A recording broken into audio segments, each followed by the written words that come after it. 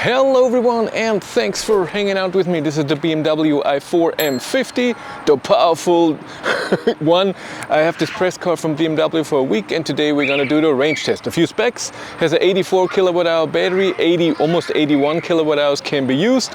All-wheel drive, 544 horsepower. WLTP range is 510 kilometers.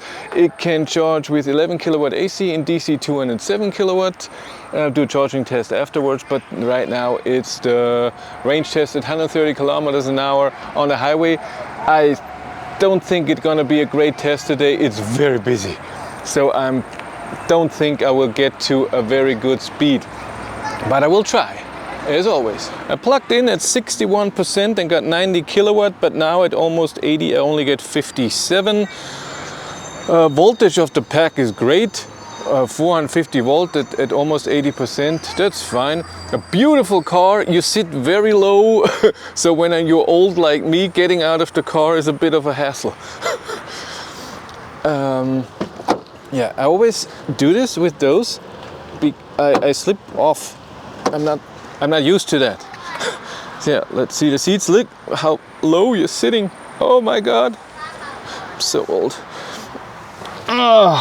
Well, it shows the charging power in the instrument cluster, and it tells me it's done at 934 to 100%, and this didn't change since I started, so this is very good. It's only 14 degrees out there. I will drive in eco. I've already reset my trip. Yeah, you still have an on start stop button, and you have a normal gear selector here. Well, that's how it is.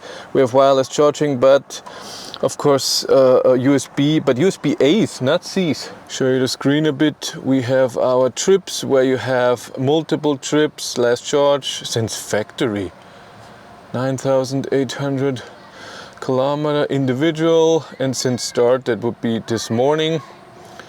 Where's my average consumption? Oh, there. And I pushed it a bit. It's powerful. But we use this, and you have Spotify on there. I had no idea that BMW has it now. Normal Spotify. And I guess it goes with the data of the phone, of the car. Works fine. Then we have navigation here. This is all our home screen, and then here are all the apps that are available where you can do settings and whatever, and just car apps and infotainment apps. You can select what you want. You can't turn it on. Does it mean I don't have heating? It can't be. I have to turn it extra on so I get... But it works. And I found something, you cannot turn AC off. I looked even in an i4 forum, and they say the same thing. You cannot turn AC off. It's always on. That's why I'm set to 19.5 degrees, because I don't think it's using AC right now. Otherwise it would be freezing in here. But since it's a bit colder outside, just how it is.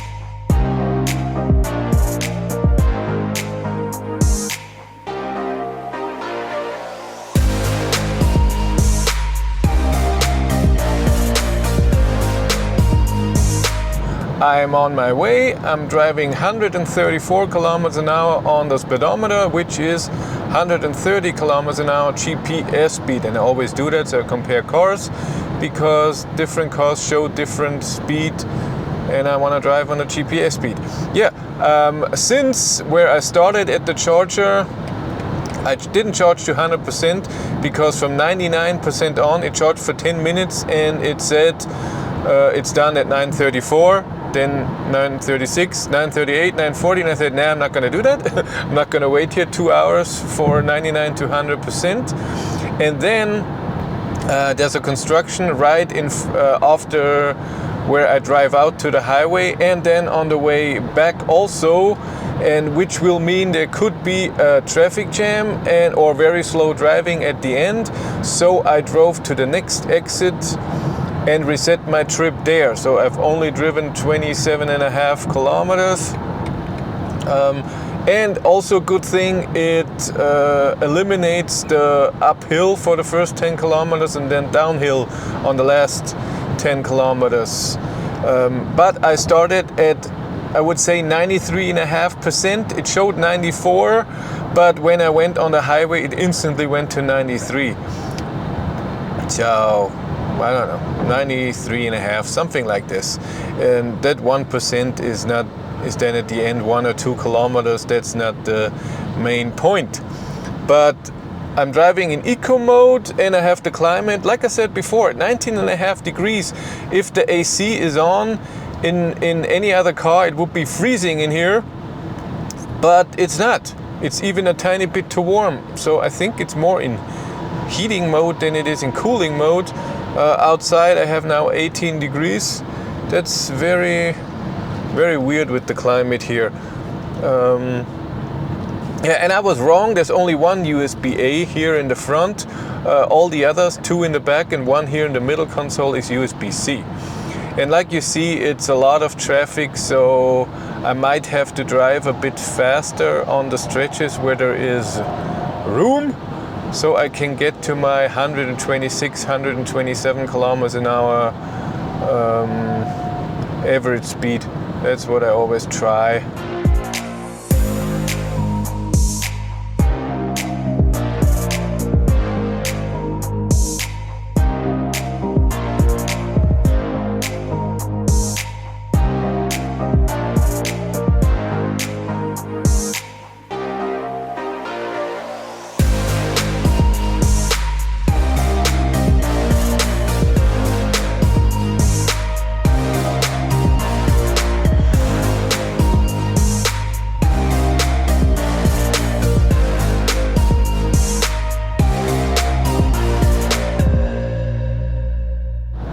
I'm at 69%. That means I drove 25% down, 94 to 69, and we are at exactly 90 kilometers. So there's a Taycan.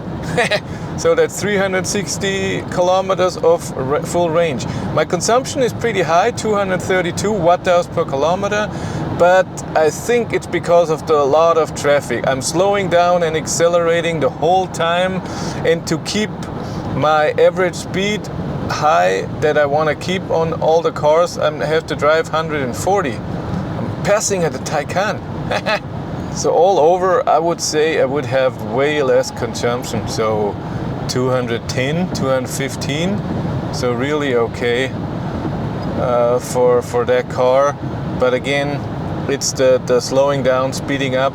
I had to drive a lot of times behind cars for a few minutes with 100 when a truck is passing and everything is stuck behind him. Yeah.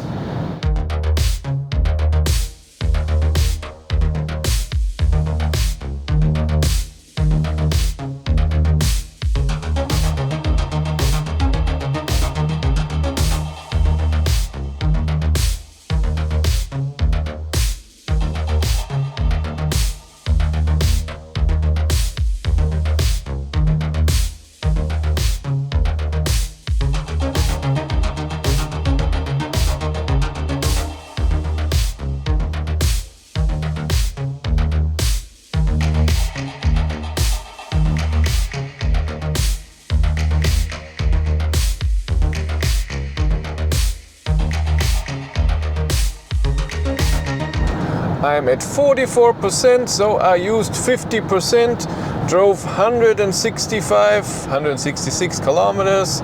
That would mean 332 kilometers of range fully. My God, look at the screen, my fingerprints everywhere. Yeah, not good. Consumption is high. Again, it's the same explanation as before. It's a lot of acceleration, slowing down, and also I have to talk about the self-steering and the adaptive cruise control. It's amazing. So adaptive cruise control, the distance is amazing, and how it interacts, except for speeding up when I pass a car. It speeds up even in eco mode a bit too strongly. I would prefer less save energy, and it's more comfy. I haven't found a setting for that. Maybe there is, I don't know. And the self-steering is also really amazing. I didn't find auto lane change. Again, maybe this is off, but difference to the iX, I have the distance buttons here.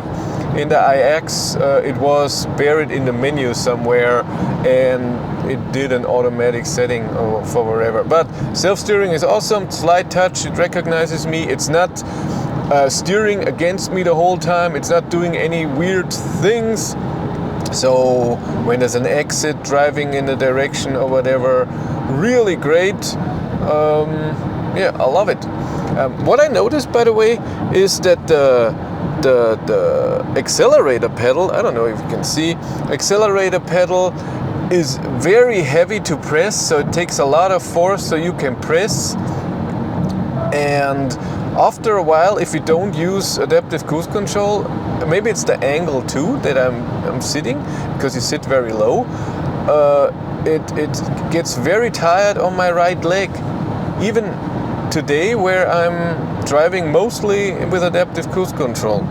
It's really quiet in here. My GoPro is reacting to all my voice commands, where usually I have maybe a bit of problem, but it's so quiet in here, and it's the frequency that it does it is that you can hear. It's that why it feels so quiet. So it's really damped in a very good way. Very comfortable to drive. Even though it is very sporty, it's still comfy to drive. You feel bumps, but not in a negative way.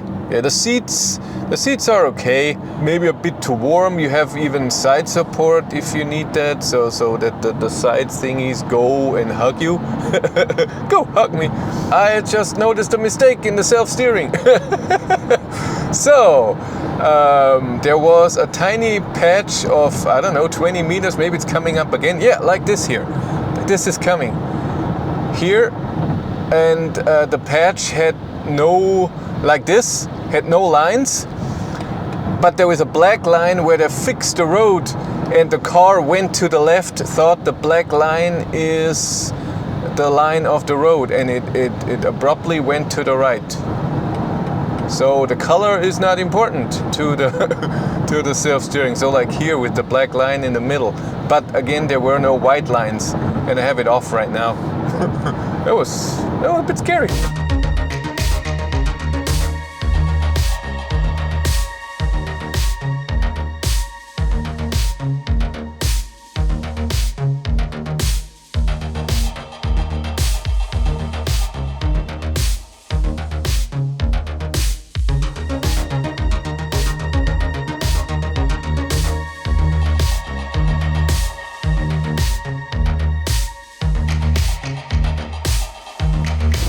I haven't showed you the beautiful head-up display. Shows the navigation. There's no augmented reality stuff, but it shows every data. It's not too bright. Well, yeah, I'm sure you can adjust it, but that looks very nice, and it tells you stuff when you have self-steering on. Please change the lane manually and stuff. Stuff! Why do I say stuff now 200 million times? Yeah, that's my brain.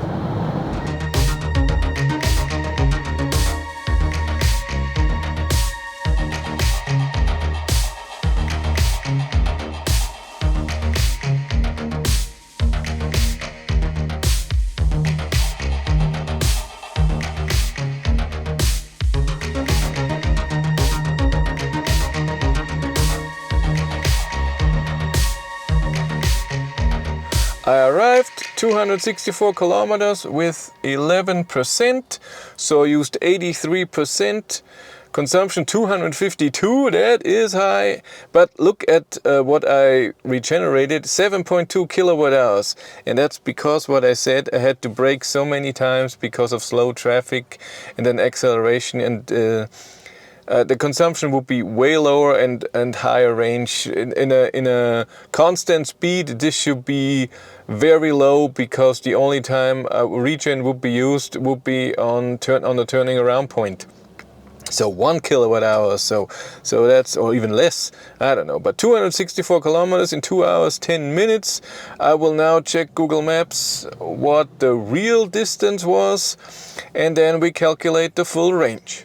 Google Maps tells me it was 263 kilometers, so the speedometer and the trip meter is pretty accurate, and that means 83% use, 317 kilometers of range. At the average speed will be very low. I put it here, all the data, the tires and everything.